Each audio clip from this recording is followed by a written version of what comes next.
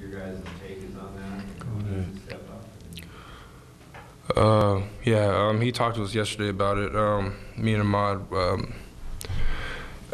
we just need to step up on the court and get the troops ready to play, and we just need more vocal. We just need to have the team listen to us and what we say, and just take it in. Don't question what our judgment is and stuff like that. So we just need to have a better trust issue and chemistry. When the game goes south a little bit, we just need to come together and have the leadership come up and distribute through the team. So.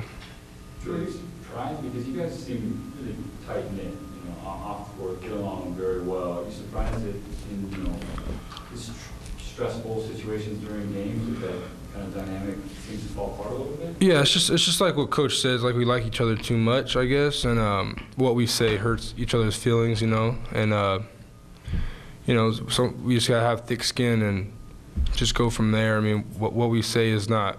We're not bashing you. We're not saying, "Oh, you're doing a horrible job." Just pick it up a little bit, that's about it. We just need to get over it and just listen to what we have to say and just take it in, and just run with it. Ahmad, what's your take on that conversation?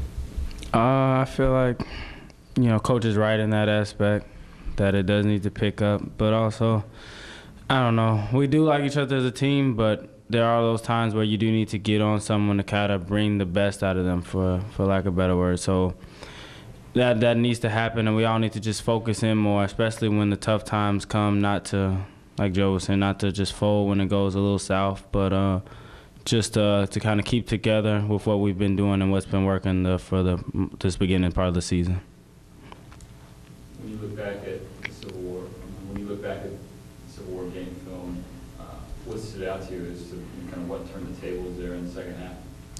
That the early run they made, they made two runs. They made a run right at the beginning of the half, and then we cut it up and we came back and took the lead a little bit. Then they made another spurt, and we weren't able to really come back into play after that. But it's just they wanted it more in those times. So we have to come and play the full 40 minutes is what we've been talking about. We played a good first half, and then some parts of the second half were good, but we have to put it all together in order to win games like that. Oh, you want me to answer that too? Yeah, I mean, we always fall apart when stuff goes downhill. We just need to come together. We always lose focus the second half for some reason. We're always a first half team, but we always tell each other in the locker room, they're going to run, stick together, but in the end, we don't stick together in the end. So I don't know, we just need to work on that a lot more. I mean, if we're going to win games down the line. So, I mean, that's what we have to do. Just keep focused. Ahmad, what do you know of Jahii Carson? Did you meet him when he was a commit? What do you know? No, I've never met him.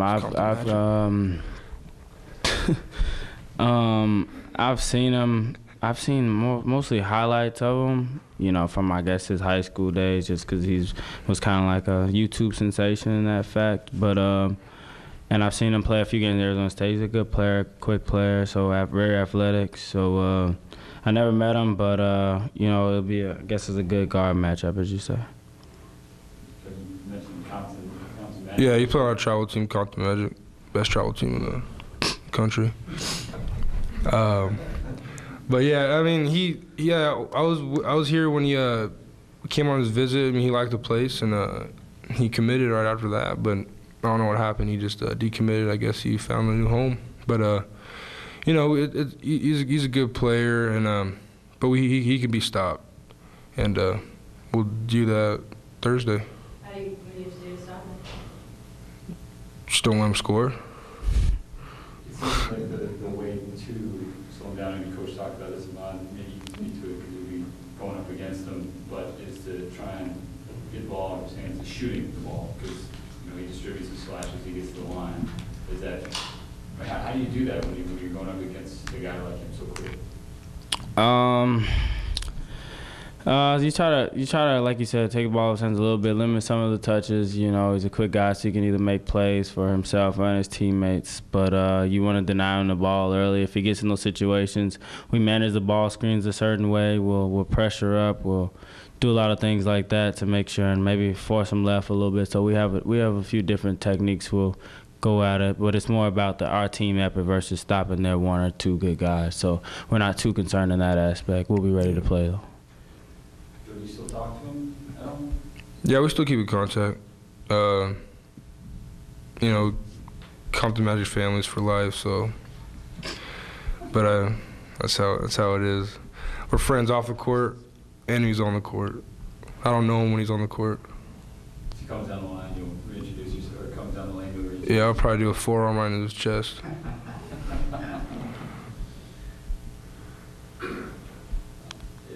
Are you surprised? I mean, that's surprising. Let me rephrase this. How Arizona State has kind of changed in the past year from last year to this year? Are they really kind of upped their tempo a little bit? What differences have you seen from them going on?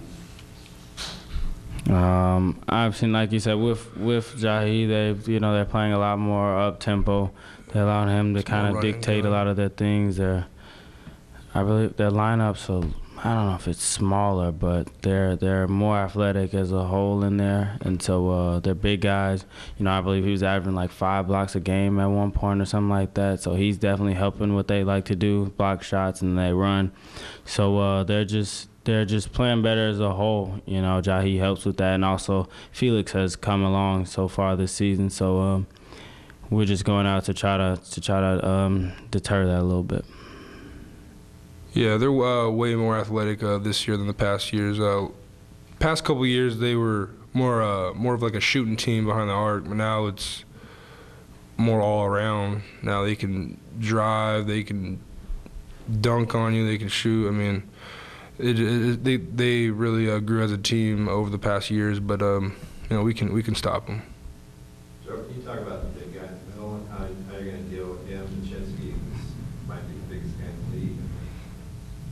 Oh yeah, well, I mean, I play against footers before. Just gotta keep them away from the basket, and don't let them get position on you. Don't let them get you too deep.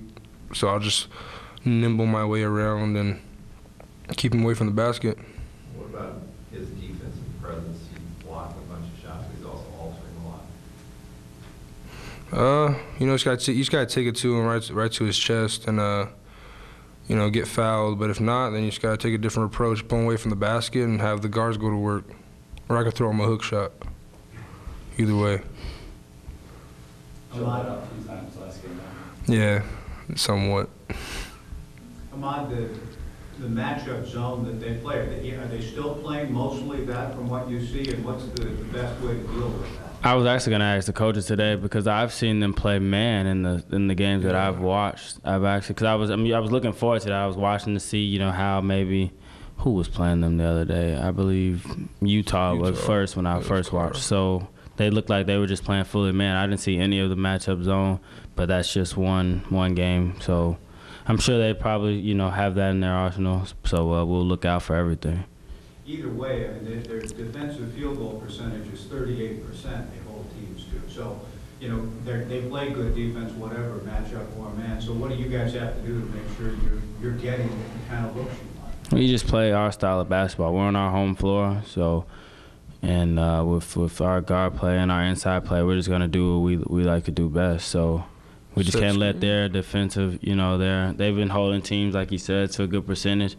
But if we do what we're supposed to do, we'll find ways to, you know, up that percentage and win the game. It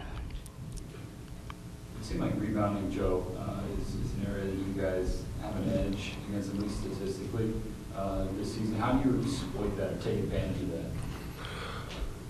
Basically, we just box out people, we get the rebound. I mean, Eric is, what, 6'9", 6'10", with a 7'9" wingspan. Devon, he has a 7'7" wingspan. He's pretty tall.